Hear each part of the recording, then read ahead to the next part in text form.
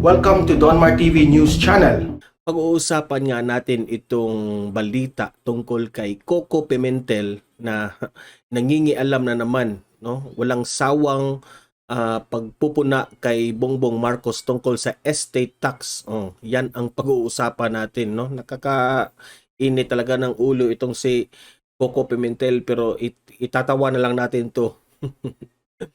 Okay, so yan ang ating pag-uusapan. So for the meantime guys, mag-like and share muna sa video natin, okay? Like and share para kakalat ito sa taong bayan. Marami ang makarinig, marami ang makaalam ko sa mga galawan ng mga politikong ito. Okay? So like muna, like 1 2 3 go. Going back, no? Meron pa pala tayong pag-usapan itong si Pangulong Duterte, okay? Itong topic na itong si Pangulong Duterte na kahit konting days na lang ay nagtatrabaho pa rin, okay? Pag-usapan din natin 'yan. Okay, so punta tayo dito sa kay Coco Pimentel. Ito yung si Lilia Guillermo na bagong what do you call this one? Bagong magiging BIR secretary na itinalaga ni Bongbong Marcos na si Lilia Guillermo, incoming BIR commissioner. Kasi maraming mga, alam nyo na, yung mga haters dyan, mga dilawan, itong si Coco, isa pa to, mga inggit, na nagtatanong dito sa bagong BIR secretary na itinalaga ni Bongbong Marcos na marami ring mga marites dyan. Alam nyo na ba na sabi na magiging fair raw itong si Lilia Guillermo sa pagkolekta ng tax. Kini-question. Kasi yung ibang tao dyan, sabi nila, si Bongbong Marcos yung nagbigay ng secretary nito sa BIR. Baka hindi na kalimutan na yung estate tax ni BBM. Ganun ba? Mga walang kwentang mga inggiterang mga marites na laging nagbabantay lang ng mali ni BBM. So lagi siyang mga reporters, mga taong bayan na inggit kay BBM, yung mga anti-Marcos, siguro tinatanong itong si Lilia Guillermo tungkol sa estate tax kung kukolektahin ba niya si Bongbong Marcos. So ito yung sabi ng BIR secretary, no, na upcoming, no, hindi pa man, pero baka ngayong June 30 onwards siya na yung mga BIR commissioner. So ito yung sinabi niya, yung reply niya sa mga tanong ng mga inggit, kung sakasakaling talagang I have to collect or BIR has to collect, sabihin ko sa kanya this amount. And this amount, hindi po na naman talaga kayo magbayad, it's the estate. Pwede po ba maging role model kayo? Which is tama na nga naman yung sinabi ng upcoming BIR commissioner, no? Kung talagang merong babayaran si Bongbong Marcos, yan ang kanyang sasabihin kay BBM. Na magiging role model itong si BBM. Di ba? Kung meron.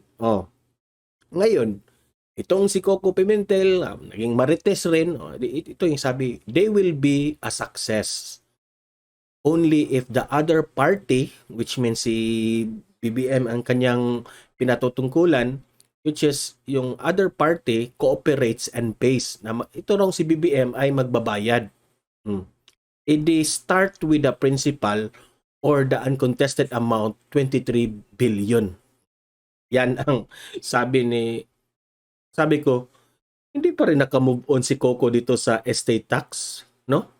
Na sinagot nga ito ng pamilyang Marcos. Mismo nga ni Attorney Vic Rodriguez, sinagot na ito during and before campaign rally. Sinagot na ito, no? Hindi ko maintindihan bakit hanggang ngayon ito pa rin ang kanilang ay nako, Coco. Wala kang makuha dyan sa 23 billion kung i-collect yan. Ay, Coco, sa bagay, paluma ka na, no?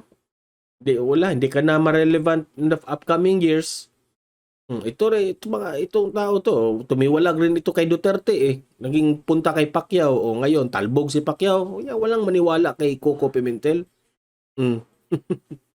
Kala mo naman ang dami mong nagawa diyan sa Senado, wala naman, di ba? Meron kang nagawa pero hindi ganyan ka laking impact, no? So, tungkol diyan sa estate tax ni Bongbong Marcos, masasabi ko lang na yung estate tax na yan, no? Marami ng mga ari-arian, mga lupain na ipinenta. Pinayad yan ni Bongbong Marcos sa gobyerno, no? Naka ano yan, nakalimutan ko lang yung RA na yan nung kanilang official na ano sa korte. Nandiyan na yan. If i-explain ko pa dito yan, magiging mataas na, no? Lahat ng mga ari-arian na binigay ng mga Marcoses nandun na sa gobyerno. Tapos na yan. Nabayaran na yan. Nakalagay na yan sa korte. Yung sabi ninyo na estate tax na yan. Tingnan nyo sa vlog ni Coach Jarrett.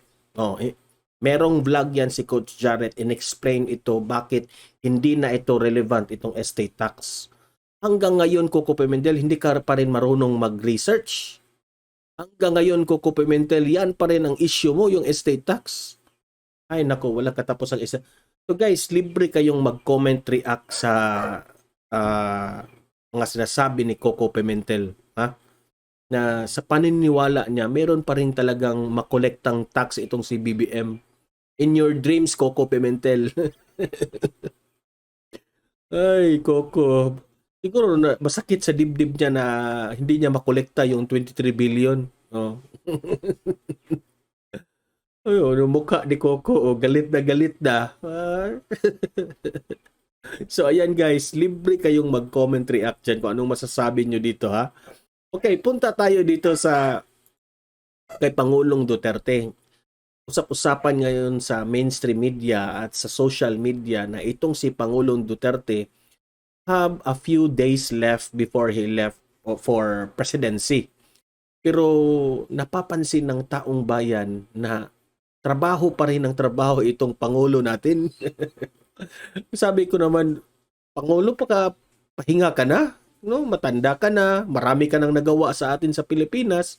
Siguro pwede ka nang magpahinga. Ayun, silang dalawa ni Bongo, tuloy pa rin ang trabaho. Grabe itong presidente ito. Baka akala natin na wala na ito sa pwesto, baka magtrabaho pa rin. Kasi sabi nga ni Senator Bongo na itong si Pangulong Duterte ay workaholic talaga itong taon to. Kahit I think it's already 7 days more to go sa kanyang bago siya mag-step down. Trabaho pa rin ang inatupag. So sa akin naman, Mr. President, maraming salamat sa mga lahat ng nagawa mo dito sa Pilipinas, no? Parang sobrang talaga yung trabaho mo ibinigay sa amin, no? So maraming salamat. Libre kayong mag-comment, react dito sa ginawa anong masasabi nyo sa ginawa ni President Duterte sa kanyang last remaining days. Okay? At sa latest rating niya sa survey, no, trust rating, he got 70%. Okay? First time yan sa lahat ng mga nagdaang presidente, si Pangulong Duterte lang ang pinakamalaking trust rating before president will step down sa Pilipinas. Siya pa rin, 70%. So, saludo. Patuloy pa rin kaming ipagtanggol ka, Mr. President. Okay? So, mag-comment down kayo guys kung anong masasabi nyo kay Pangulong Duterte. Mag-suggest kayo na, sir, pahinga ka na. Okay. So guys, hanggang dito na lang itong video na ito, ha. Ipatuloy nating pagtanggol itong si BBM, si President BBM, si Vice President Inday Sara Duterte, itong si outgoing President Duterte. So pagtanggol natin yung tatlo at mahalin natin ang Pilipinas. Okay? And don't forget guys na mag-like and share this video para kakalat ito sa taong bayan, sa friends and families natin at sa mga supporters ni na BBM, Inday at si Rodrigo Duterte. Okay? So mahalin natin ang Pilipinas. See you in my next video.